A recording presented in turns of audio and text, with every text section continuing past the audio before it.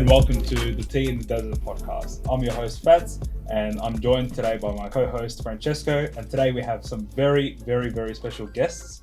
Today we have Mark and Robin from Cycles Galleria. Cycles Galleria was sold to Trek back in 2022, and they have since moved on to doing fantastic things in the sustainability space. So thank you so much to Mark and Robin for joining us today, and we really, really look forward to this fantastic conversation we're about to have. Pleasure to be here. Awesome, guys. How you been?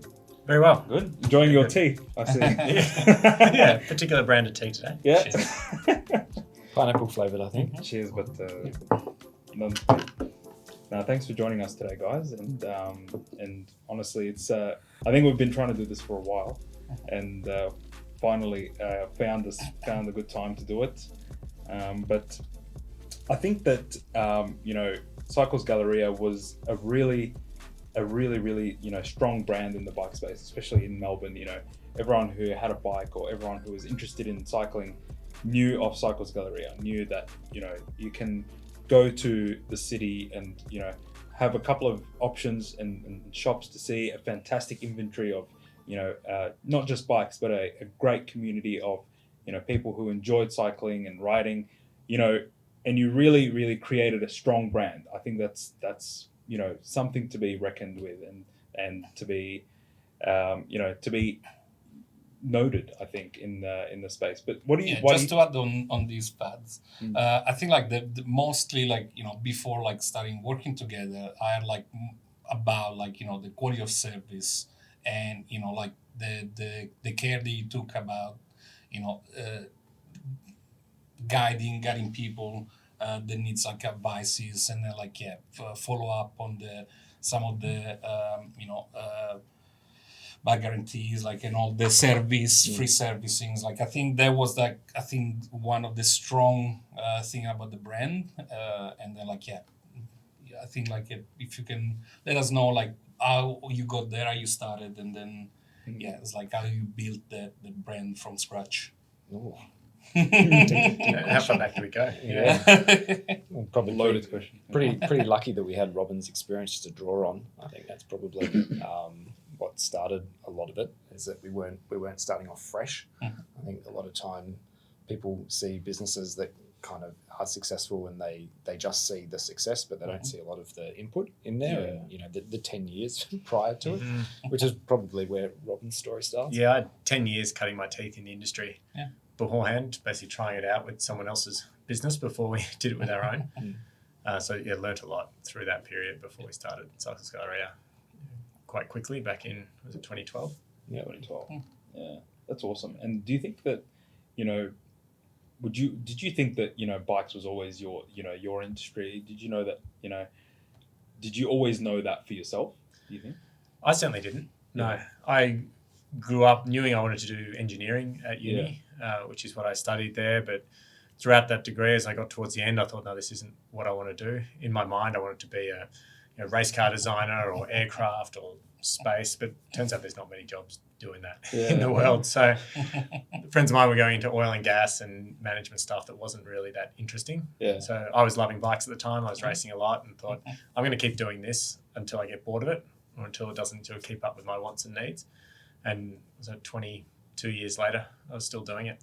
That's awesome. That's really where it cool. all began. Yeah. And you mentioned that you were at another business and you were working there.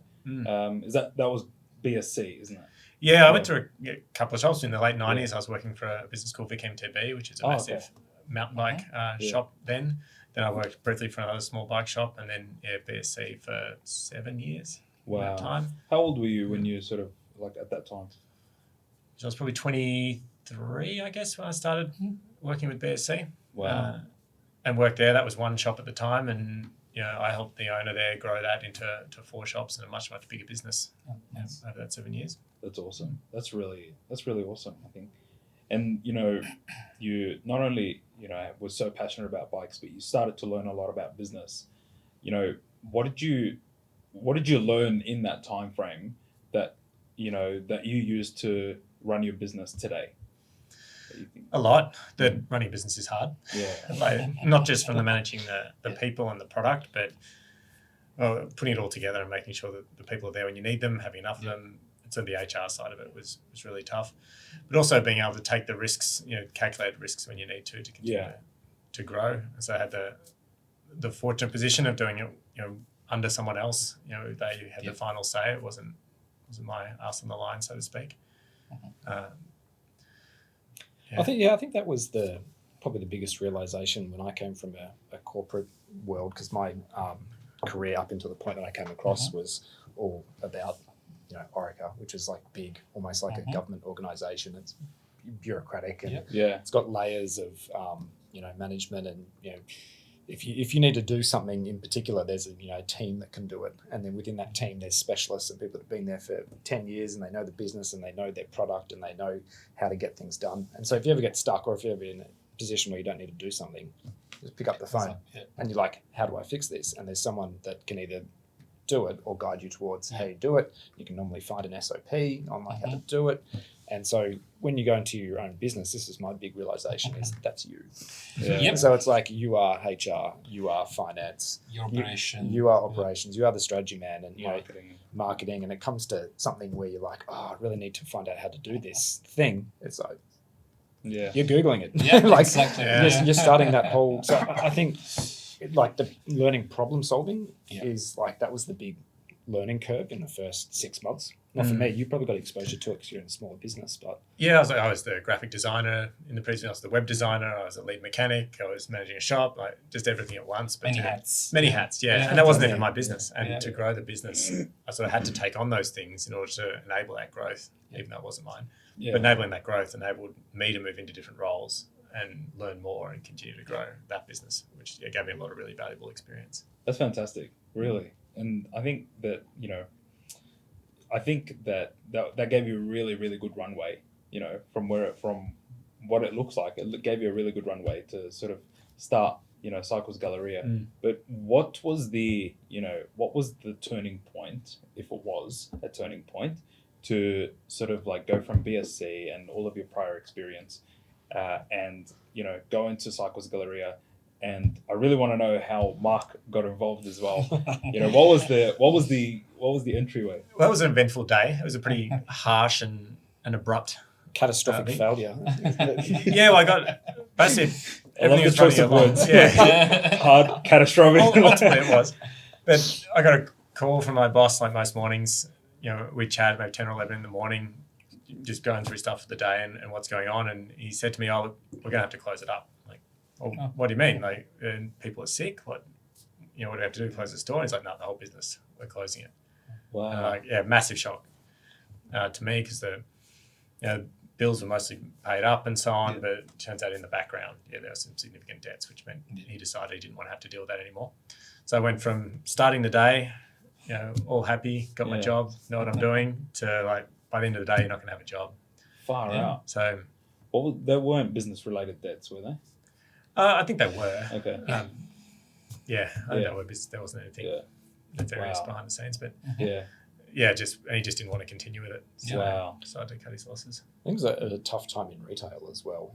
It was around the time of the retail apocalypse, or just at the start when e-com was starting to become really popular. And what year is this? This would have been 2012. 2012. Okay. Yeah. And there was a lot of doom and gloom, and there was like a period of time in Australia where, I think all around the world, where there was these people were flocking away from brick and mortar retail and going online because of price. Like you'd almost call it imports as well. GST wasn't required to be charged on a lot of imports, had the low value GST, so you could buy stuff overseas, didn't have to pay GST, no import duties, none of that. Is that the same as like grey market? Like, is that what it is? Okay. So distribution integrity. So being able to buy the same product at the same cost price, like what exists now. Like, you go online, you search for things, most things are kind of priced evenly. At that time, it was like huge disparity online, because distributors just saw e-com retailers as a great way to increase their volume without actually thinking about the long-term impacts. And in the bike industry, consumers could often buy parts and things from overseas for less than the cost price from wholesalers in Australia. So Australian retailers had no chance competing on those products. That's very interesting. I remember like I was in year 10 at that time, like 2012. Year 10, what was I, like 16, and I wanted to buy computer parts for my computer. And I remember if I went on Kogan, I don't know if Kogan was a thing back then, but like eBay, I don't know what it was. Yeah. Like I remember if I get it from eBay, but it came from Singapore or from wherever, I'll get it like ridiculously cheaper. Yeah. Of course I'll get it from there. Yeah. Half the time they didn't work, but but like, or they arrived like with a box. And I think that was damages or there was the issues like usually you had the fine prints about the warranty. Yeah. It wasn't Yeah, covered. it's like, not quite Yeah. the same product. Yeah. It's close, but exactly. So it's like it's the same product, but the warranty wasn't covered. Like you had like different levels. So it's like then if it was working, it was fine. Otherwise, Yeah. like a When lot the of price is so troubles, much different, you Yeah. just go, Yeah. well, it was massive for You take the cameras. chance. I Or was if buying camera gear. cameras, and yeah. Camera gear, the grey import market was Yeah, huge. or if it's like a Yeah. bike chain, it's pretty much a bike chain Yeah. anywhere. Yeah. Made by What it is.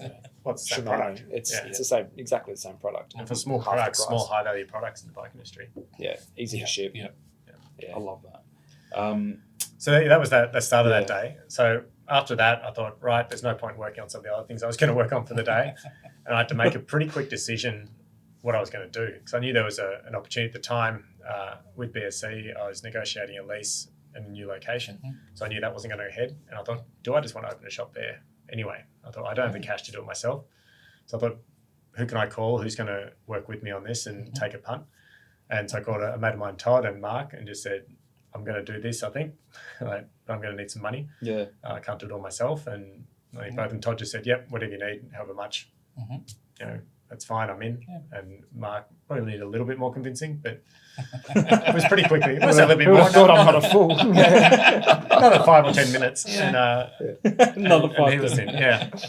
Oh, I love that. We'd had a lot of discussions around actually starting a business similar to that, or like buying. I think And this was really, we dreamed buying. about buying the existing business. Thank God we didn't. Oh, that was your dream that I kept pushing back on. But yeah, at the time, that was really the catalyst. So like, Yeah. if you're going to do it, now's a great time to do it. I'm going to be unemployed anyway. May as well Yeah. be unemployed and building something. Yeah, so like you actually took the chance, but then for you, Mark, like you had to actually think about it. It's like I got something pretty secure and stable. Yeah, So it's Robin like, had nothing to lose. Yeah, exactly. It's like so like Oh. it's usually like you in time of in desperate times, like you find the forces like or the trigger to But do something bold, right? At the start, Yeah. I was the only one working in the business. So Yeah. both Todd and Mark had their own corporate jobs. Yeah. And they were corporate jobs Exactly. and stayed that way. Todd never worked in the business full time. Okay. And, Yep. and Mark came on, about 18 months later? Yeah, it's about that. Okay, so it's like it was like still on the fence. Yeah. Let's see if that works out. Yeah, he had some cash at risk, but yeah, Well, wasn't it willing to wasn't- quit his job straight away. I didn't convince him Yeah. to quit his job in 10 minutes. No. But also, Yeah, the yeah. business wasn't at the size to be able Yeah, to do that. exactly. Yeah. Yeah. I guess Didn't- and yeah. it wouldn't have made sense either, like because you had to start to make business decisions. Like when we went into it, essentially we were gifted by a hole in the market because it wasn't like all the revenue from when this business BSC collapsed, it left like a hole of 4 bike Yeah. shops, like a certain amount of revenue within the market. So like you could open up, a lemonade stand selling bike chains, and you'd probably still sell a few bike chains. Yeah. Yeah. So we knew we were going to get a head start.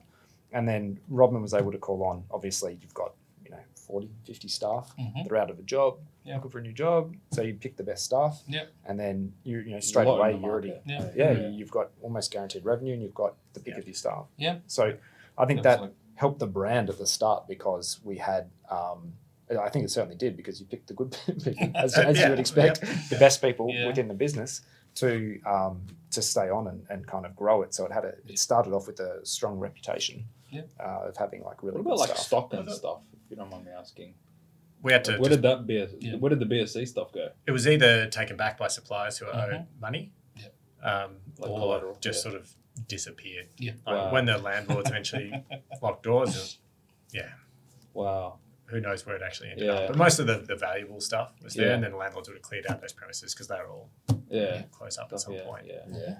That's so That's interesting. great, yeah. Wow. I cut you off. You were about to say something. And so, well, yeah, we did get to pick some people who would suit the business Yeah. best for a new business, who I thought would be willing to take the chance to work with me to grow something again. So we got to do that and ended up employing a number of people who worked at BSC over the Yeah. next year or two as the business grew and we needed more people. So Yes. they're all great people who I had to say, hey, you don't have a job anymore Wow. that day as well. Yeah. Oh wow. Yeah, They probably like hated you, but like, It's like, hey, Yeah, it was something I really I wanted got to do. like, Yeah. I hired most of the people, so I wanted to go around and tell them in person, not just have them Yeah. hear it as a rumor or get a text at the end of the day or something. you So, put people through a did that. different emotional roller coaster, Yeah, that's- just with like a different like Oh, logo on your chest. yeah. Well, firing people is hard at yeah. the best of times, but telling 40 or 50 people at once on one day that Wow. they don't have a job anymore wasn't ideal. What an interesting story. Wow. Yeah, Oh, yeah. wow. I hope never to do it again. Yeah. It was, Wow, that's so interesting. I want Thanks to to just sort of- just that really quick movement in the next 6 weeks. Mm, From there, it's sort of Like how we move quick. we're done in 6 weeks. and then it's Yeah. like, was there any other, before you got to Cycles Galleria, was like any other names or like other things you were thinking Yeah. close enough? yeah. Yeah, So this is how we got on the name. Yeah. yeah, it's like how So you it wasn't got- actually It called works. Cycle- It works with it works with bikes, but it works with the beers we're having now. We actually Yeah. called it We can. Yucca Bikes before we called it Cycles Yucca. Galleria. Well, there's a little. Okay. There's a little more to the story. yeah. So we couldn't agree. After we We couldn't decided, agree on so what after it that was. day, we decided we're going to do this, and then it was like, well, let's get started. Mhm. And Mark and I would meet in our offices, which was the local brew pub at QV called 3 Degrees, where they had $5 pints every Wednesday night. So over these $5 pints, we're like, well, okay, what's the next plan? What do we need to do? And it's like at some point, I think it was probably a week or two beyond, like we're going to need a name. Like we need Yeah. to start registering a company. We need to get all that stuff going so we can trade. Yeah. We didn't know what to call it. And at the time, like, doesn't really matter. We don't have a brand. We're going to build the brand. Yeah. Whatever the name is, you look at names of big companies like Apple and Yeah. Nike and things. They don't mean anything by themselves. They don't say what the product is. Yeah. They do nothing. So I'm like, well, there's yuccas in the corner. Let's just call it Yucca Bikes from now. And No, there was more to it than that. No, there was 3 people, and we all had different names, and we all had different ideas around what it should be. Yeah. And the yucca was like a throwback to, because the yuccas were a hardy plant. It was a very hardy Yeah. plant. I think we built this story afterwards. Yeah, which is why I'm telling it now. And we thought, well, if we're going to start a new business in the middle of the retail apocalypse, we want it to be hardy, right? Yeah. You can't kill it. You can't kill it. Yeah. And that's what the yucca came out. I think we saw the plan. I think Then we went, actually see the plan. Yeah. well, what's the reasoning behind this? I feel And so we like actually this is had Mark's idea. Like, he's like, he came up with this story. He's like, what's Well, we had logos, we had the business name registered, we have all that stuff ready to As Yucca go. Bikes. As Yucca As Yucca Bikes. Bikes, 'cause we Right. needed it, because Yeah, that yeah. wasn't our key focus on the brand. It was Yeah. getting up and running. Because the time frame from that day, we decided this is what is going to happen, Mhm. to when we opened the doors for the first time was 6 weeks. So literally from 6 weeks. conception Wow. to trading was 6 weeks. So that's a store full of bikes, full of equipment. Yeah. Got staff in there, Yeah. marketing set Fit up, out. fitted out, Signing. like, Point of sale. everything, website. supplier arrangements done, everything, website, Yeah. the whole lot Really within fast. 6 weeks. Yeah, we did a round How trip. did you manage to do that? We did a round trip to suppliers as well. That was good. Yeah. Well, I think they probably saw what we saw, is that they had a distribution problem. Like they were selling a whole bunch of stuff, and now they're not. And there was no one else there. So As in BSC, like left that void. Left Yeah. a void, but it also left, I guess, some cuts for them as well. Yeah. They're like, oh, just lost money. What do we do? They weren't really in a risk-taking mood, but they needed distribution. They needed Yeah. someone to sell their stuff. So we came into, well, we understand you're not going to give credit out right now, but we'll buy your stuff. Yeah. And try and Wow. sell it. And they thankfully got behind us and supported Mhm. me and our relationship that I had with them. Yeah. And we got- Yeah, got it's like going, that so- helped, right? So Mm. like knowing them and like that there was a initial respect and working Yeah. relationship. So I used to think that when we first did it, and for years, until I realized how greedy the suppliers were, Mhm. and they probably just wanted to keep selling their stuff That was absolutely a motivation. Yeah. Yeah, they were greedy. because But they there was literally no other option for them. Yeah. So, Yeah.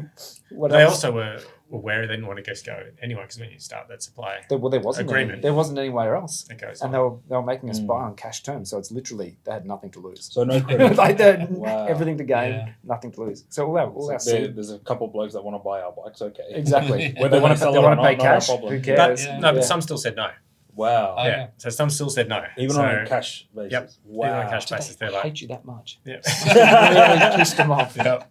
Is that Some a still said this is too reputation much. that you've built? They came back. They came back Its later. reputation. Yeah. A year or two later, or a year later, they came back. But Wow. at the time, they're like, well, everything's too risky Yeah. right now. Yeah. We're we're not gonna do anything new. We're just gonna take our time because we're like, well, we need it right now. We need to go. Like, 6 weeks. We need to ship bikes like next week. Yeah. 6 weeks. What the hell is done in 6 weeks? Like that is so. That's amazing. It's everything, That's an yeah. achievement. Yeah. And people say it takes a long time to start a business. No, it takes 6 weeks Yeah. for a retail business to be Yeah, open. yeah. Well, from the idea. Anyway. But back to the name. Yeah. That was up until about a week before, maybe even less, Mm. was when we came up with the Cycles Galleria name. And we weren't overjoyed with the Yucca Bikes name, but we're like, well, we don't have anything else. What are we going to do? It was more to Like, appease the group of three. Yeah. Yeah. Like Mark's a bit sour about that. No, it could have been Yucca Bikes. yeah, that's right. But then I was talking to one of our suppliers at some point. Yeah. It's like, I thought about this name, Cycles Galleria, and we were opening in the Galleria building Yeah. in Melbourne. So Cycles Galleria fitted, and we thought, this is great. Yeah. Why don't we just run with this? So it was an 11th hour name change. Wow. So then we had to start changing the name of the company and changing names for FPOS terminals and all that sort of stuff. Yeah. Coming up with a new logo, which happened overnight thanks to Mark's brother-in-law. Shout out to Mark's brother-in-law. Yeah. Thank you, Lindsay. 11th hour design. Yeah, literally overnight. New Yeah. logo, then changed the posters and things that we had. Yeah. Trying to get some new branding sorted and have new branding sorted for That's opening. insane. Yeah. That is so crazy. We even had shirts ready for opening too, didn't we? We did. Had everything. Yeah. Something we carried through to the end of the business was the logo wasn't quite right. Remember, there was like one or two bits that weren't quite lined up on it because we did it in such a rush Yeah. that it was just like, I just got to get it No, done. we corrected that a bit. Yeah. I corrected that a bit. Yeah. About 6 weeks in, I think. It's the the C, details. the CG, the C, like, Yeah. because the name It was the Cycles CG that Galleria wasn't got, lined yeah. up. Yeah. It wasn't In the corrected early 6 weeks in because we used the same vector logo. I remember it became really evident when we opened up QV 18 months later, and it was like this. And I'm like, is it like that? And you're Because like, we used the original one, not the corrected one. Yeah. right. Someone said the wrong file. Right. Yeah. Oh gosh, that's funny. Yeah, I think when I think about the like start of it when we started like pouring money into the business. And people go, "What are you spending all your money on?" We moved into an old Dick Smith, which got bought by Kogan, if you Yeah. remember, Wow. and it was going down for ages. So we I used think to at that stage it was just shutting down. That Kogan one, bought yeah. it later. Yeah, they bought them like 11th hour as well. Mhm. And the retail space we went into still had all their old shop fittings there. So we went in there with like paint and painted over Dick's face. Like Oh, you can no. still like see him if you Poor look Dick, closely. yeah. So we Yeah. used all their old shop fittings, and so that saved us, hundreds of thousands of dollars on shop Yeah. fit out. That's awesome. And then we, we had a few bits and bobs left over from the other business, and we had to, essentially went in with a lot of the big kind of costs already done. Yeah. So we used all the money, which wasn't a lot, to buy inventory, which is Yeah. like nuts. Most people wouldn't, use all your seed capital to buy Yeah. inventory. Silly. Yeah. But we did, which was good in the end, because when we actually started getting terms from our suppliers, it meant that we had this big like cash injection. Yeah. Which means we could, bootstrap into more inventory and then, start, Yeah. Focus on the Continue to on grow. that. Yeah. continue to actually grow. So Mhm. it was almost like until we got the trade credit, we were we could use our seed capital actually to spend on growing the business. Yeah. Yeah. Well, at the start, we sort of used everything we had to fill the store with inventory. Yeah. So the only And way we keep could it buy going, more right? stuff was to Yeah. sell some of the stuff we Yeah. had to buy more, Yeah. and then to buy new things. Yeah. That's a to very try and tight grow. position to be in for a while, though. It was hand to mouth. Yeah. Yeah, for years. well, I mean, yeah. Mark and Todd weren't working in the business; they weren't drawing a wage. Yeah. I wasn't drawing a wage, and I was working in the business, Yeah.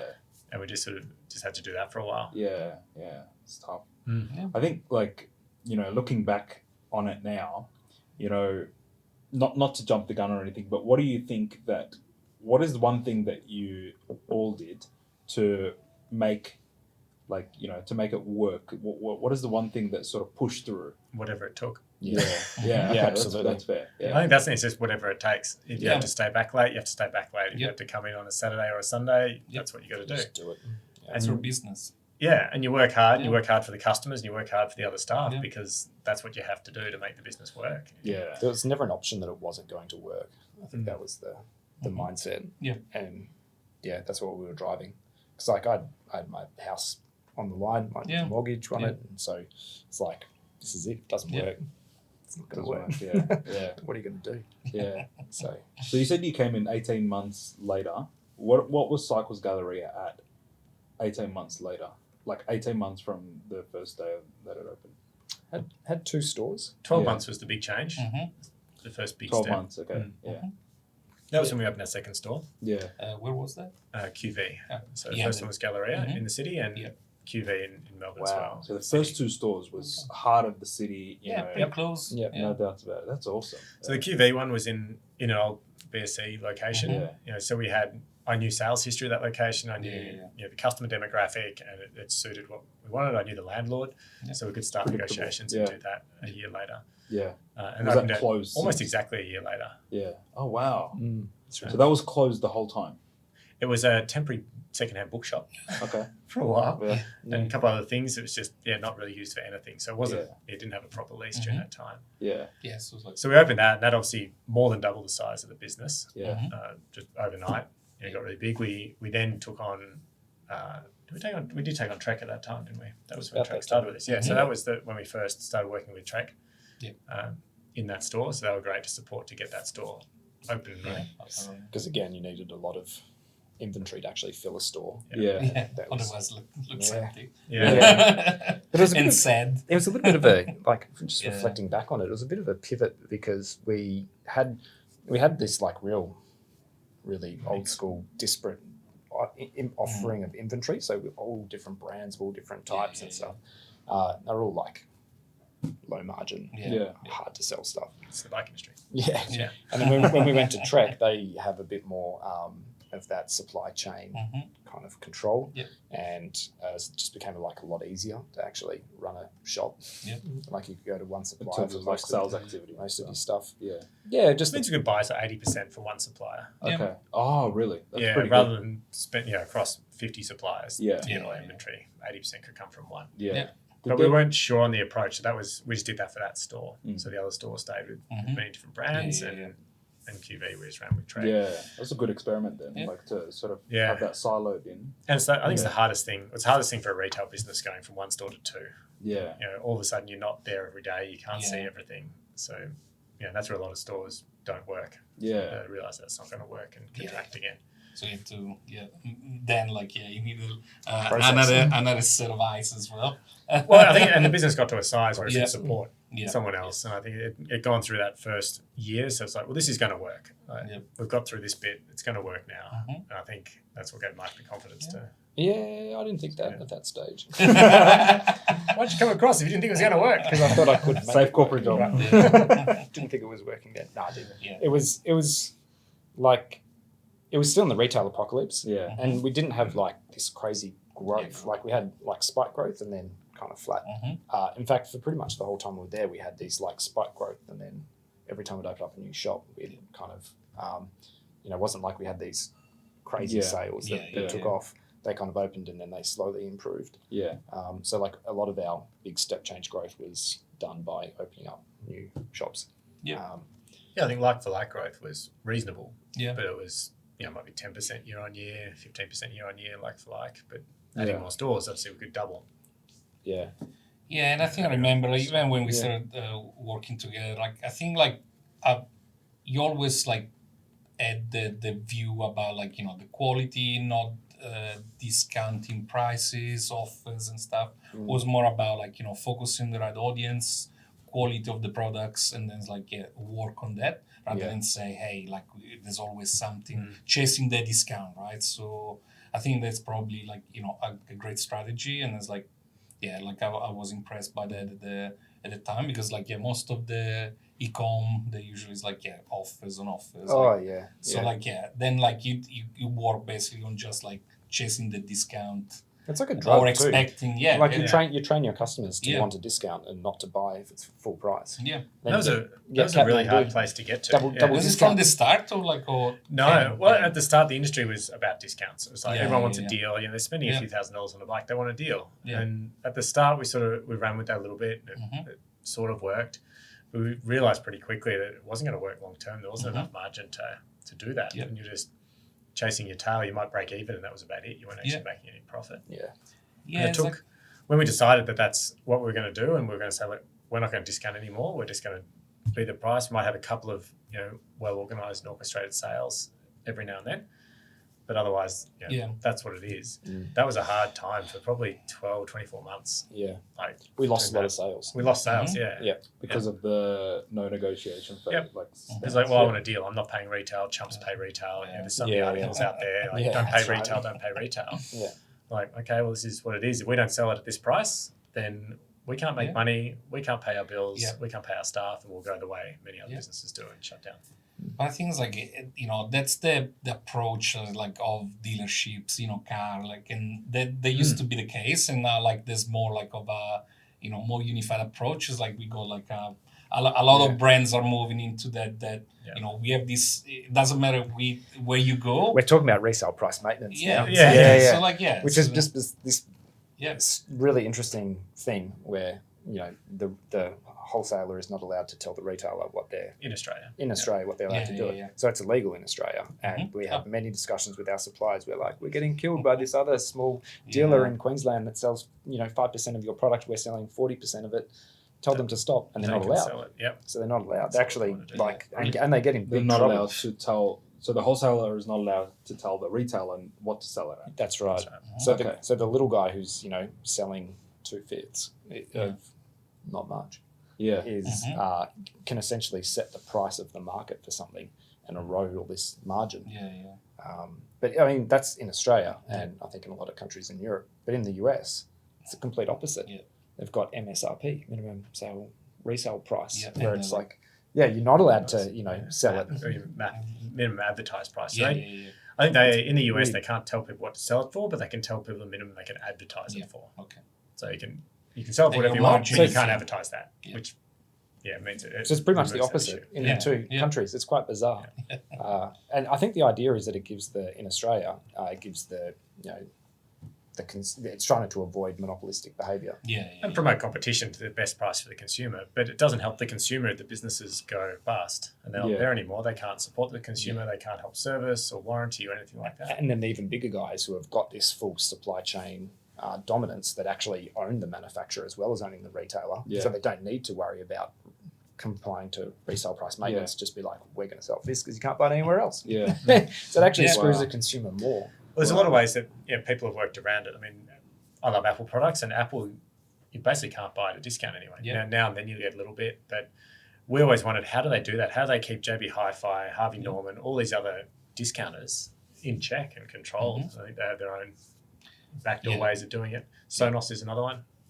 Rare to buy that at a discount. They control it somehow. There's gentlemen's agreements behind closed doors, something going on. That's so interesting. But it's like then I think that they push the the brand towards the what I was saying like before, right? Like quality, the service, going for advice, and there's like understanding, rather than discount the value of the product, right? So definitely, and then and that's what we had to try and sell was. No, we're not going to discount the price, but here's why it's still good value. Here's the value we can offer you and we'll continue to offer you. And it took, I think, our consumers and our staff and the market some time to adjust to that. We're not the cheapest, but we're the best value. Initially people go, well, I'm going to buy somewhere else because I can buy it a little bit cheaper, but people eventually came around to it and like, no, I'm going to buy from you guys because that's the best value from what you offer. And also the free service, on top of it, like, I think like there was like one of the USPs and like in some of the messaging that we had, like, and I think there was like good push and I think that's the reliability on knowing that if there's an issue you were there and help the customer for that. So great work. I think the position that you've taken in the market is definitely different to the majority of actually everyone in the industry or in the competition. But how did you sort of like stay true to that stance? Like how did you sort of you were mentioning like 12 to 18 months of like sheer we're not going to give you a discount, I think a lot of people would have given up way sooner. How did you sort of know that this is going to be the or maybe you didn't know, but like how did you sort of stick to that stance? I think you're right. We didn't know. We thought that was going to be the best approach. It was going to be hard to get there, but we'd get there.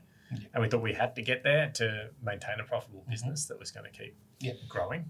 without that. If it was going to Yeah. stay on that discount track, then You almost had to have a belief yeah. that it would get better. But also, it was like Rob and I are pretty pragmatic people, and it's mathematical. Like if you discount one, then this is how it's going to work. You're not actually going to make profit. So it's like if you don't do these, like they might suck and might feel hard, but go after the strategy rather than the quick thing. Quick win. Yeah. So, Yeah. yeah. But yeah, it was definitely hard. Like I remember because you would have people come in being like, we can sell this slow moving piece of stock now for a low price, and you're like, that'd solve a lot of issues. Or we can sell this new piece of stock quickly. There's a customer right here who wants to buy it, but they want 10% off. You're like, yeah, but then the next customer wants 10% off. Yeah. And the next time they come in, they want 10% off. And there's all your margin and then some gone. Yeah. You're not making money. What's the point? Yeah, but it's the retail and brick and mortar side, right? Like then, when was the shift like online, and obviously like knowing that there was like moving into that side and growing, because then it's like there's no physical, there's no negotiation, there's the price, and correct, right? I think you even have to be even more on point, like with your price because of that. I mean, because people can easily just bring up 3 or 4 tabs from Well, you need a brand. Yeah, if you're not winning on price, you're going to win on brand. Yeah. And if you haven't built a brand, why would someone buy for you and pay more than someone else? I think it's even more than that. In fact, I'll probably even disagree, because if you have a shit brand and you have a good brand and your product is $200 cheaper, people are going to buy from the shit brand. They don't care. Unless the good brand's offering something more. If it's commoditized. Yeah, unless the good brand's offering something more.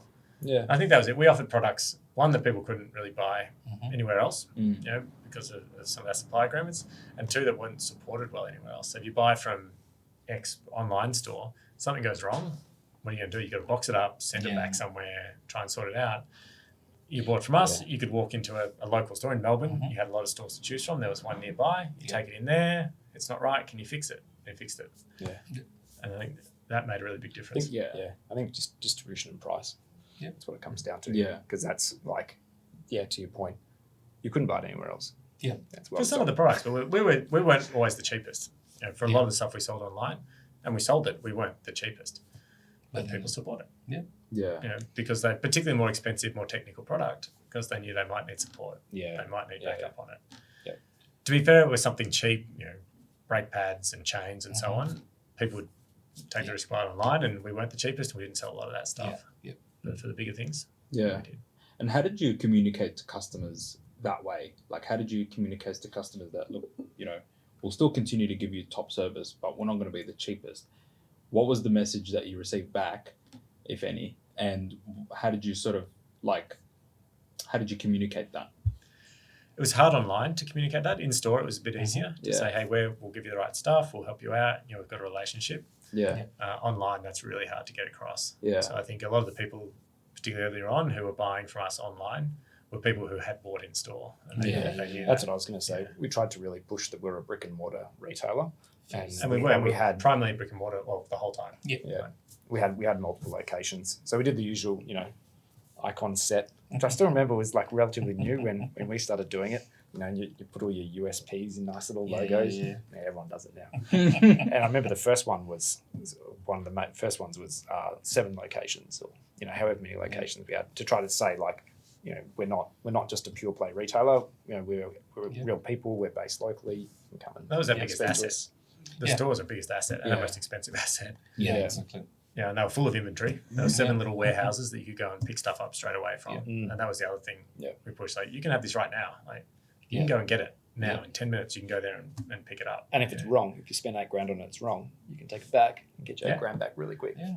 That's the thing. When you come to the warehouse to pick it up, you're not just picking it up in a box. We'll talk to you about it. We'll make sure it's the right thing for you. Get you anything else you might need. And go from there. Help with the set it up and prep. So That's amazing. I feel like I want to ride a bike now.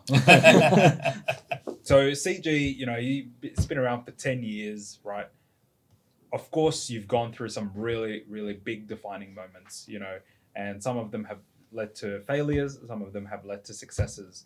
What are some things that you can share that you think, got you to this point right now in time? Sure. I actually had a few things. I mean, one thing on tougher times, Yeah. we had times where cash flow was getting really tight. Yeah. For a growing business, anyone who's grown a business will know cash flow is harder than profitability. So particularly as we were growing, there were times when we were sort of counting dollars to get there, tipping in more personal money, just knowing that we just had to cover a little cash flow pinch to get out of it. So that was tough sometimes. Just go, we've just got to make this work. Otherwise, everything comes crashing down in a heap. So that's probably the closest to proper failure of the entire business that we get to, was just managing those cash flow pinches. But we had some other, I guess, ventures. One store that didn't work out in the end. We only ever closed up one store, really. Every other store either grew or sometimes moved. But basically closed one, which was Richmond. Yes. So our Richmond store was a bit of a throwback to the old days of a bike shop, which reinforced our decision, I think, to partner closer with Trek, because we opened the store against our principal supplier's wishes. So Trek was helping us grow at that stage, and they already had distribution within a market. And so when we opened up a store within their little geographic region, they said, we're not going to support you. Well, and for that one, we didn't instigate that store either. We didn't set out looking for a store in that area. It was an opportunity that came up to open in conjunction with another brand, and we thought, well, we'll take the opportunity there. So it wasn't for a lot of our other stores. We go, we want to open in this area. What's the demographic? Where it works? And we'd have a close look for the right spot. And sometimes they would take years to find the right location. Whereas Richmond, we didn't do that. Yeah, it was more like a opportunity type thing. And it was cool. It was like a little bit of a brand piece, and it was never set up as a big financial risk, but it was, I think, because we put a lot of effort into it and a lot of like emotional investment into there. You wanted it to work. And we tried everything to make it work. And the hardest thing was saying this isn't going to work. And because like it takes like, a bit of realization to get to the point. Is like I think enough is enough. And it's like cut the losses and and move on. Because each month we'd look at the performance and be like, it's almost worth doing. There. And because it was actually a really slow burn. We probably should have cut it off a lot sooner than what we did. That's probably the biggest realization from it. But because it wasn't a big financial burden, we just kind of kept it going. But then we realized like the opportunity costs were huge on it. It was a management burden. Like we had really talented managers within the organization, and they just weren't being pushed their full potential. They were bored there. Oh, bored. They were getting pushed. They were bored. It wasn't big enough to have a team of people. So there's people who want to manage a team of people. They're managing themselves and maybe one other some of the time. And so it was, they were not excited. Interesting. That's so interesting. I think that, like what Frank was saying, like, it's the realization that, that makes you think like maybe I have to cut one off, an arm off, or like one of my, beloved, I don't want to say kids, but like but also it's ego hit, right? Like, but it's hard as well because the ones that if you do it too early, then you missed an opportunity. You see so many businesses who, like, if you just kept going, you would have been okay. And based on that, we could have cut all sorts of parts of the business that turned out to be very successful. I think too early. So when do you keep going, and when do you push? Keep pushing and push past those hardships versus when do you go, no, this is too hard. The doors. And that's the hard.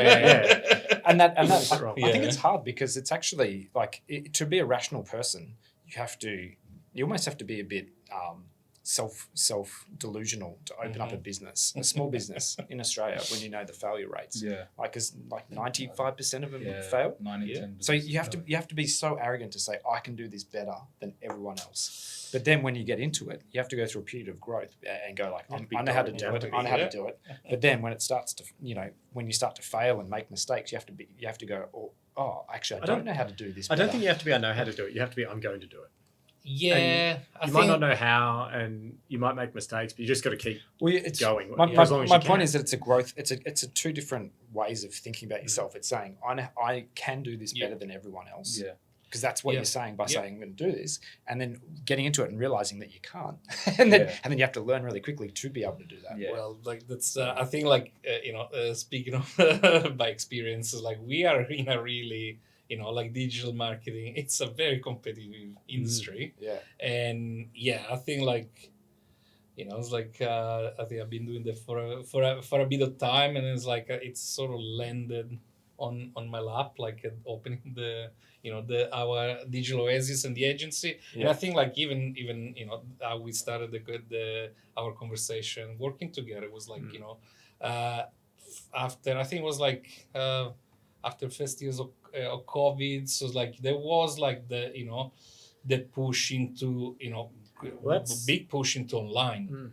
It was like the stores were closed. We talk about tough periods that we went through. I think Yeah. that first lockdown that we started to enter into, I think that was the first time we thought, gee, this could go really badly for us. If we have to shut all the stores. We didn't know what was going to happen at that time.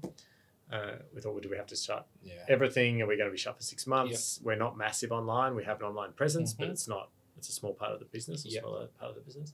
And what's that going to mean? Do we have to lay people off? And Mark and I had many a conversation about what we might have to do. Yeah.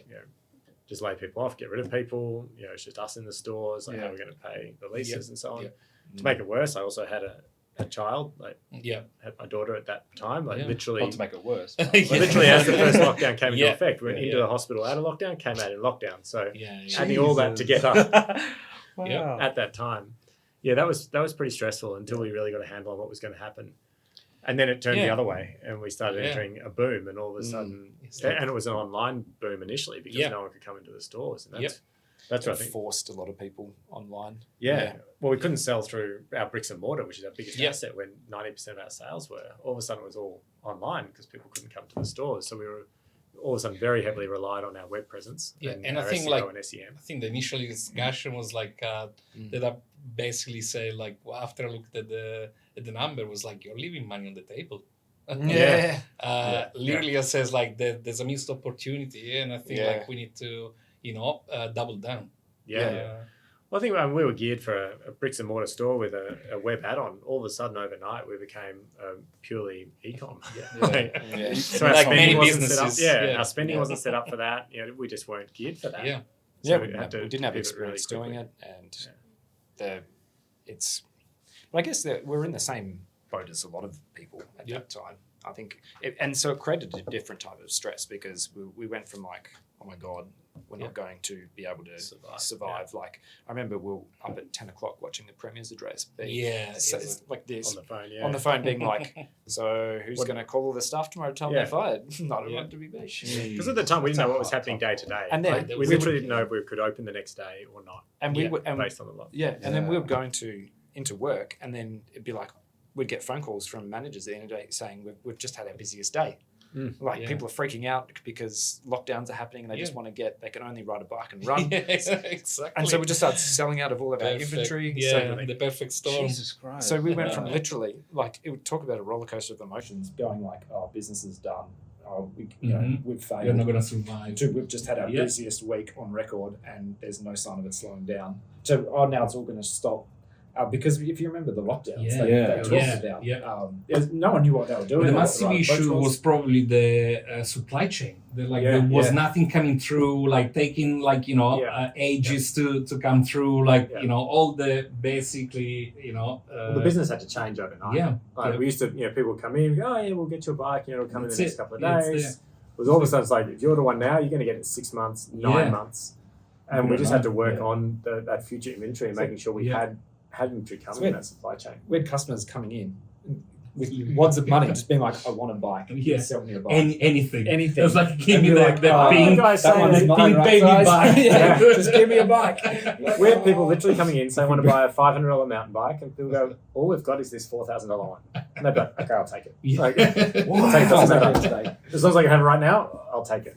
I remember the trainers as well. People like them cycling at home as well, like during trainers, winters. There's like a big spike in this product because like people. Because if you're outside of 5Ks from home, which is easy to be if you're on a bike, you get a fine, and then it's just like things. The more you think about it, the more you're like, what the hell did we just go through? It's like a blur, but also like the funny thing. Then I was like, oh, we are going. I remember like one of the after we saw like, okay, we know that when there's a lockdown, we are gonna, there's gonna be like a boost So it's like I literally like, okay, we're going into lockdown again. It's like on the phone. It's like we need to double the budget from tomorrow. Yeah. So it's like basically like going for the opportunity. Yeah, right? absolutely. So, That was my point. Is that it became a different type of stress to we're not going to survive to how do we take best advantage of the opportunity provided to us. Well, there was another risk. There was another risk that we wouldn't survive because we had no product and we had no customers. Yeah. We couldn't take customers in the front door anymore. We relied on online. And I know a lot of other businesses in our industry struggled because they didn't have the same online presence. Yeah. So they just lost all their customers. So this And then once we got the customers online or anywhere else, well, how do we get the product for them? So that was the other problem. And a lot of stores couldn't get the product. And the scary thing was because we'd had this period of boom sales leading up to it, we had a war chest of cash, and we go, what do we do with the war chest? Do we like take the chips in and call it a day, or do we double down and go online? Yeah. And I think that's where you guys helped us out a lot. Yeah. And particularly Frank with your great direction. You'd be like, you just gotta pay for it. You gotta do it. And it's really hard to do because it's not proven. And like, for people that You are haven't done it science, before. maths-based people, you go, is it gonna work? But It's a speculation. that's the thing. I think there was actually a great time because like it was pure online. So like there was like whatever you are doing online, it's coming back, into sales, right? The Like effect was full. the things like the issue that we have as an agency, and if you have a retail store, it's actually understanding like, cool, you see a part of sale, coming online and traffic, but then it's hard to, attribute back to that our attribution was activity, always right? a So like, challenge, we say like, we're gonna sell that anyway, but instead like we could see the difference year on year, same lockdown period, like our like boost. Well, we and used all to the know activity that, that we our did customer that. flow would involve people looking on our website and they come in store to buy. Correct. So how do we attribute Yeah. that? But what COVID did for us was then push all those people online. Clear and we could, attribution. Clear attribution. Yeah, exactly. correct. Everything. Yeah. Well, it was always forced. Everyone had to be online. Yeah. So if we weren't visible and our product wasn't visible, Which Correct. we weren't probably making gave a us sale. that confidence to then go when we open back up our stores and we lose our confidence level for attribution. Yeah. We can use a strong assumption and continue to pour money into the Google machine. Exactly. Yeah. The Yeah. good old Google machine. Well, it's like that's the whole point. More I money think- for Silicon Valley. yeah. I think like the whole point when we started the conversation was about like, hey, there's a lot of opportunity. You have like all the inventory. We just need to surface it like across, Google, Facebook, and make sure like people know more about the brand and if they're looking for it, it's there. Yeah. And people were there looking for it. So Absolutely. and just like keep going like and then I think that were the two parts, right? It was getting the people looking for it and coming to us for the product, and then actually getting the product. So we could have it for them, and that because in the back end we had massive changes to the business. To Yeah. make it work. When I think about a few years, we probably increased our ad spend by about 20-fold. Yeah. 25-fold. Yeah, So it's we, like we kind of went from dabbling to like this is all in. yeah, because then it's about like at the point we didn't have to make assumption. It was just like we know we are looking for ROAS profitability, and we knew that going in certain areas you had the profit margin, so we could just push more if we had like same conversion rate, same ROAS. It was Keep just going. like rather than budget. until the ratio breaks. Yeah, correct. Just keep putting keep putting money into it. Yeah, and it's like I think that probably it's like gave like some good numbers for the for the talking we track. So yeah, it's like Well, before we get into that, I Yeah. want to sort of tap into like your relationship with Track. I didn't know there was a relationship with Track, which is really good. Mhm. But what was the other than the sales numbers and being close to their data in a way, because they already had like Mhm. really strong geographical data and everything else and inventory, etc. What was the I guess the conversation starter into that into that phase of the business, like the acquisition with Trek? We had a close relationship with Trek for 9 years. Yeah. And they're very measured, calculated business, Yeah. and we like that. They're very data focused, which we love. Yeah. And so we shared a lot of data between us, so we knew each other's businesses. Yeah. That's pretty good. And the really values between the business were very aligned. Yeah. So around transparency and just trying to run the best business you can. Yeah. around continuous improvement and just some of these like And just core doing the tenets. best thing for the customer, like the long-term play. Yeah. Trek have always been on that. They're not thinking the next 3 months or 6 months. They're thinking the next 10 years. Yeah. What's the best thing? And I think that reflected what we did with our pricing. We weren't thinking about the next 3 or 6 months. We're thinking, well, how's this going to affect the business for the next 10 years? And so we really aligned with that. Yeah. In terms of how that started, that went on. Trek's strategy obviously changed over time. Yeah. And we talked to them briefly previously about an acquisition, but we never got anywhere. Yeah. And then as we were in that COVID period, their strategy globally started to change. Yeah. Started to acquire more and more businesses to really bring their brand closer to the customer and Mhm. have more control on their brand. Did they acquire any other Australian brands? Yeah, lots. Really? Yeah. That's awesome. Yeah. Globally, I think in the US now, they're at a couple of hundred stores. And a lot of acquisition Yeah, globally. yeah. Wow. And then are they acquiring, did they acquire your stores based on, the data, or is it just revenue and bottom line? What was it like there? That's a very good question. Yeah. I've got lots of opinions on that. Yeah. Trek are run largely by accountants, so they're very focused on numbers, Yeah. very, very rational decisions. They also look at, the bike industry is a mum and dad industry. Most bike shops aren't profitable, it's a passion thing. Yeah. So they can't use like a profit return factor to many of their get any acquisitions in Australia. meaning value, within Many of their acquisitions in more within Australia were effectively forced acquisitions. They were like, Someone's. Yeah. well, they could do what happened to BSC. Bike shop goes bust. There's a hole in the market, and other people get in. Yeah. Well, they can come in and Yeah. keep that distribution and keep it going. Okay. Yeah. So most businesses are based on like a multiple of earnings, right? Yeah. Earnings being profit, not Correct. revenue. Yeah. Most of the bike shops don't make any profit. Yeah. So like nothing times a Yeah. number. Yeah. It's Yeah. still nothing. Yeah.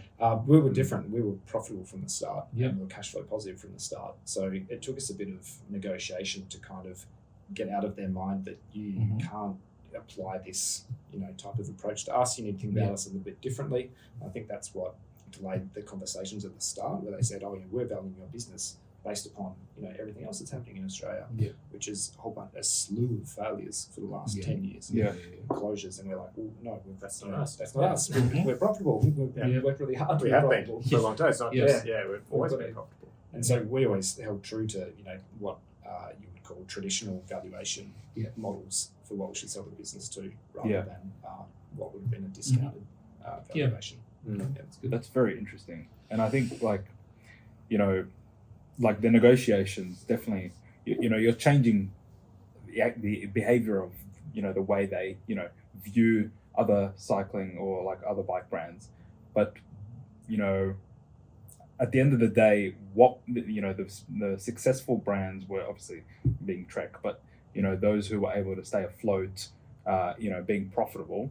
But why is it that so many other bike brands are not profitable? I'm just curious, not like, Oh, yeah. making, I think for a lot of it goes back to what we touched on before, the discount culture. If Okay, sales yeah. start to Yeah. dip, people feel that. It's a low margin industry. And like, how do I get sales up? I need to get them up like now. yeah, And the first lever they pull is a discount lever. yeah, Yeah. And that gets money in the door, which feels like profit, but it's not. They do that a few times and eventually there's nothing left. that's very interesting. Yeah. Yeah, very interesting. That's what I We've often mused over why the bike industry is so hard. High product obsolescence. Well, now Technical this stuff. chapter closed, and what's on for your next chapter? Yeah, Well, we've recently started or taken over a small sustainability business that does Congratulations. retrofitting. yeah, Thank nice. you. Of double glazing units, so like high performing glass, which sounds really weird to go from bikes to It's glass. very different. Like I think the first time I heard about it, it's like, it's like, What do these guys know? Are I they guess glazers? Yeah. it wasn't by accident. We wanted Yeah. something, we like the sustainable aspect Yeah. of bikes. That Yeah. it's for everyone who rides bikes, they're healthier. Yeah. It's great for the environment. It's great for congestion. There's always Long things about it. lifetime. Yeah. Yeah, and we wanted to It do has a really positive impact. Positive, on yeah. people. positive, environmental impact globally. So we Yeah. wanted to do something else that had a positive environmental impact Yeah. somehow. So that was a big focus Yeah, for yeah, us. yeah. And this double. So what it is a double glazing retrofit business. So you go into like a house that's got Yeah. timber frames and single glazing. There's lots of single glazing in Australia, just like one pane of glass. Which, for a developed country in a relatively cold environment, it's crap. I think many people would argue Especially with the relatively Melbourne. cold environment around the world. But The approach from Australia, I think, historically has been if you're cold, turn your heater up, rather than if you're cold, burn more gas. you find out where your house is losing lots of heat. We really like the idea of it. It's a non grudge purchase, so people don't need a $4,000 bike, and they don't need to double glaze their home. They're choosing to do it because they're passionate about what they normally do. So we deal with a lot of people that are going through the stages of making their houses more energy efficient, so they can lower their carbon footprint within the world. A lot of these value-driven consumers. And we've seen that push from government, so insulation programs, which didn't go as well as they thought, solar rebates and STCs and all that sort of stuff. So a lot of people have done insulation, they've done solar, they've done the draft proofing, and the big challenge is the windows. And often it's a massive financial challenge because to replace all your windows can be hugely expensive. And that's why we love this approach where we can just replace the glass. People keep their timber windows. You're not throwing out perfectly good window frames and putting them in the trash just to change them for something else. So you keep most of it there. The best way to be sustainable is not to throw stuff out. So, being able to change only a bit that needs changing to get the same outcome. And it's a lot cheaper than people think, which I think has been the big part. Explain it to me like I'm 5. How does double glazing reduce the amount of heat, or reduce heat being escaped? What's about thermos, right? Everyone's familiar with a thermos. Okay. Holds your tea and keeps it nice and cold or hot. Basically the way that works, you've got an inner shell and an outer shell and air gap in between, or vacuum. So heat doesn't transfer across that very well. Double glazing is exactly the same. That's Two pieces of glass, air in the middle, heat doesn't like to transfer across. So that's so awesome. Great analogy. And why is it that, I don't know the market of the double glazing glass industry, but if there is one, if there is one, if there is one, what is it that what are you doing different? Sorry, backtrack. What is the double glazing industry doing, knowing that they are in a sustainability space? And what are you doing to try to challenge that status quo? If there is, I'll challenge the question first, because I don't think the double glazing industry necessarily is in a sustainability. Okay. I thought it was about noise reduction, and that's an aspect. And there's some of the government standards, building standards have changed where you sort of have to have double glazing. But most double glazing manufacturers, they're in window manufacture. Sustainable part of it is not, I think, a big focus. It's a requirement now. It's the product. I think what makes the way we do it sustainable is that we're not changing the frames out. We're replacing the bits that need to be replacing to improve a house without throwing anything away. We're throwing a little bit of glass, but really not throwing away much. So I think that makes a massive difference as to how it impacts the environment. And we're also making it more available to people. It's so much cheaper than throwing away perfectly good frames. And do you think that, it's scalable in its own way, right? But is there an economy of scale like what you've seen in Cycles Galleria in this industry? What do you think? I don't know there's an economy of scale. There's an opportunity to scale, yes. Absolutely. 'Cause there are a lot of people with poorly insulated homes that need to go, and energy cost is going up and up and up. So I think it's going to become more important for people. And I think that's a good angle for the messaging. And so there's definitely scale. There's probably not an economy There's of not scale. an economy of scale, I think a lot of trades probably operate more efficiently, actually. There's an economy of scale the other way. Smaller is more efficient. Correct. Because I think when trades start getting big, and the moment you start having to dealing with unions and things like that, then you actually start to lose a lot of that efficiency. The only real efficiency of scale I could see with it would be access to better pricing if we sold a certain volume. But the market is within Australia is a monopoly for insulated glass units made within Australia. So they're probably not about to start giving us better pricing. And what about the in terms of legislation and in Victoria, or the states, is the new bills up to standards? What's the is there something that's like all just retrofitting or just like also for for new builds and everything? Most new builds will have double Yep. glazed windows. Yep. It's one of the easier ways Mhm. to achieve the star ratings. Is that all that you residential, need to. commercial, everything? Yeah, for the most part, not all, but Yeah. for the most part, it's one of the easier ways to get there. Yeah. To hit the 6-star, which is mandated, and then 7-star that will be just specing double glazed Mhm. windows is Okay. an easy option Yep. for new builds. But there's, for the number of new builds, there's huge numbers of Yep. existing houses that should still be brought up to a more efficient standard. And what about the names? Like, is it still like Yaka double glazing? That's a secret. That one's still the launch. Robin wouldn't let me have that. Galleria glazing. Something that we are talking about from like a brand strategy perspective is the business is called DIY Double Glaze, but a lot of what we do is not actually DIY. But there's still a lot of goodwill within that business name, and it's a very approachable name. So we're kind of in that space now where we think, how do we co-brand to access or not alienate the market that just says, I want it done. I don't want to do it myself. So that's kind of where we're at from a branding perspective at the moment. That's interesting. Yeah, That's really good. And I think that, the opportunity is endless, but, what really matters is, I think, in this, I don't know, in sustainability, it's very cautious about like messaging and like the angle that you take.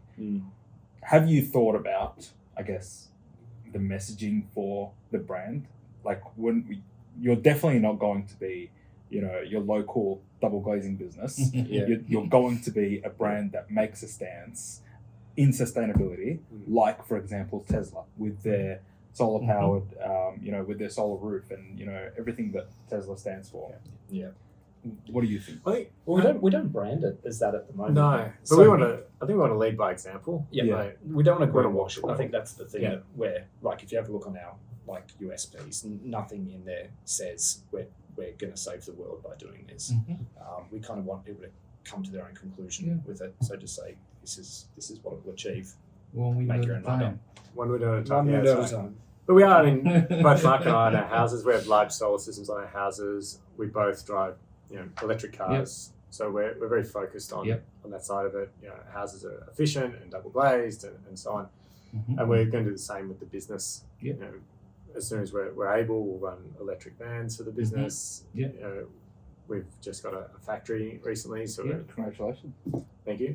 We'll put solar on that. So we want to be carbon negative with what we do, and just working out how to measure that properly and ensure that we are. I believe we are now, but making sure that we are is a pretty good Really cool. Like, it'll be like, your P&L will be like, your revenue, profit, and then like carbon offset. Absolutely. Yeah. I think it should. Yeah, the balanced scorecard doesn't often take that into account. It just looks at that very short-term 12-month profit.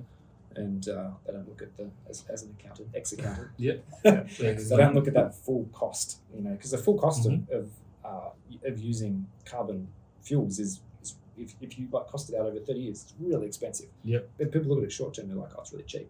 Really cheap. You just got to increase the time frame what you're looking at it and fully cost it, and then you go, it's actually really expensive. So, I think it's being brought more to the forefront for people now. They're seeing the electricity bills, they're seeing the gas bills, and what it is actually costing it's like, to heat your house and cool your house. especially it's like now at the moment, like we're getting like all those like emails about like the raising costs. So like you will start thinking about that and how to save some money. This is so random as well. Like, I was on Google Flights. I don't know if you know, but you can like search for the cheapest flights just on Google, like by any date, any destination will be like cheapest flights. And then now there's a field that says like the number of kilograms that of carbon. select by. You can select by Very like cool. lowest thing. Awesome. The thing is, it's in the hundreds of kilograms of carbon. It's like Air travel's really air bad. travel. Exactly. It's like So my ticket costs that much in And this is why a lot offer that carbon offset. I'm willing to bet not many people ticket. But correct. But then, like, I'll tell you honestly, when I see that I can tick this for an extra $15 or whatever it is, I just think of it as a cash grab, to be honest. Like from Jetstar, the least caring airline.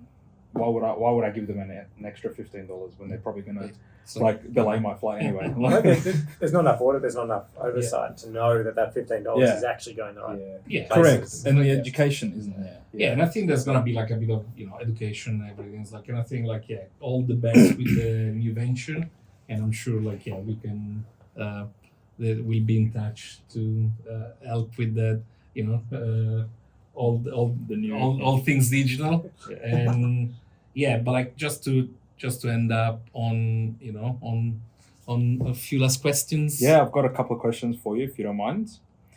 If there was one secret brew to the success of Cycles Galleria, what would it be? Which beer? Beer, Plato, and whiskey. One more than the other, or? I think every strategy we formulated and every tactical plan we put down was over a couple of drinks. I'm not suggesting people drink in order to make it successful, but Rigorous debate. it worked for us for communication. I'll just put a big It was asterisk beer. in. It was beer followed. Perhaps the crux of that is vigorous debate. Is that We communicated loudly and emotionally sometimes. Yeah. and nearly always got to really good outcomes because like it challenged a lot of our preconceived ideas about certain things. Mhm. So I attribute a lot of the business success to that. Is that we really debated what we should do at each point. Mhm. And I think running a business, starting a business is Yep. stressful. You need an outlet for that. Mhm. Emotions can run high when it's stressful, and you need to be able to get that out. And if a beer helps that, Yeah. then Let it Yeah, help. it Love it. No, I love it. Thanks for maybe that. I should be in beer sales. solving problems. There's With a problems one creative- beer at a time. One beer at a time. Yeah. What are some regrets that you have in life or business, if any? Not to sound negative or dramatic. I get asked this a bit, and I don't think I have any regrets really, because I figure everything I've done in my life has got me to here, and I'm happy where I am. Yeah. Mhm. So if anything was different, I might not have got to where I was. Yeah. I didn't complete my university degree, and someone said that should be a regret. But if I had, I probably would have felt I needed to go into that field, and I'd be working some job I didn't enjoy or doing something different. So, that's what really kicked it off and kicked me into that industry, which kicked me, to where we are now. So, I don't think I have any regrets. Really. I regret not taking more money from Trek when we had the opportunity. when we were growing, one of the things that Maybe that's a bit we don't put in. We can leave it there. they offered us when I say money, I mean heavily conditioned loans, right? Mm. But what we tried to do was bootstrap our business, and we tried to do everything from build up from the ground and really tried to keep control over it, which was hard and slowed down our growth. Well, we couldn't get loans. I think that's one thing. We didn't want to dilute equity, and we didn't have anyone offering. We had Trek offering it a few times, and we said, like, when we're doing fit outs, we said we're gonna accept less and like do them ourselves, for example. But like nearly burnt us out, nearly killed us. We did things wrong and slow, and just have almost like, I think perhaps the bigger question is like asking for more help rather than trying to do everything yourself. Interesting. Or when help's offered. When help's offered, take it rather than being like, no, we got this. Interesting. And the last question. What are some successes or tips that you have in life or business that you can share? I think you need to have friends and family around you that you can talk to. I think if you're trying to go it all alone, you're going to internalize everything, and it is a stressful process. I don't think anyone would say that starting a business and growing a business is not a stressful process. So you need to be able to share that, particularly if you're a single founder. You're not in a partnership where you're sharing those stresses with someone else, or you don't have a really good person at home to share with. I think without that, you're just going to burn out. You're just not going to make it, because you need to be determined. You need to get stuff done. It's going to be stressful. Thanks for watching this video. If you liked it, please subscribe and like and all of the good stuff. And we'll see you next time. Cheers. Thanks, guys. Thank you. Thanks.